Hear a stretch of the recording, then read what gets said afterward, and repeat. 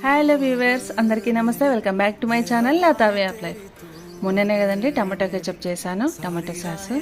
So చెయ్యగా మనం వడగట్టిన దాంట్లో కొన్ని వందల సీడ్స్ ఉన్నాయి, టమాటో సీడ్స్. అవి కూడా local, like Kashi tomato seeds లాగా. అంతే పెద్దగా సైజ్, చాలా పెద్దగా ఉంటుంది టమాటాల సైజు. అండ్ ఆ తొక్క కూడా, పైన చర్మం కూడా చాలా పలచగా ఉంటుందన్నమాట. చాలా మంచి వెరైటీ. సో అలాంటి మంచి వెరైటీని మనం ఒకేసారి హార్వెస్ట్ చేసుకొని తర్వాత మనం వేరే కొన్నా కూడా అలాంటివి రాకపోవచ్చు సీడ్స్. అందుకోసమని నేను ఆ సీడ్స్ని జాగ్రత్తగా నీట్గా కడిగేసి చక్కగా ఎండలో ఆరబెట్టేసాను. చూసారు కదా, కొన్ని వందల సీడ్స్. ఎంత చక్కగా అంటే మనకు ఎన్ని మొక్కలు వస్తాయో ఒకసారి మీరు ఆలోచించండి. ఈ సీడ్స్ అన్నీ నేను స్టోర్ చేస్తున్నాను.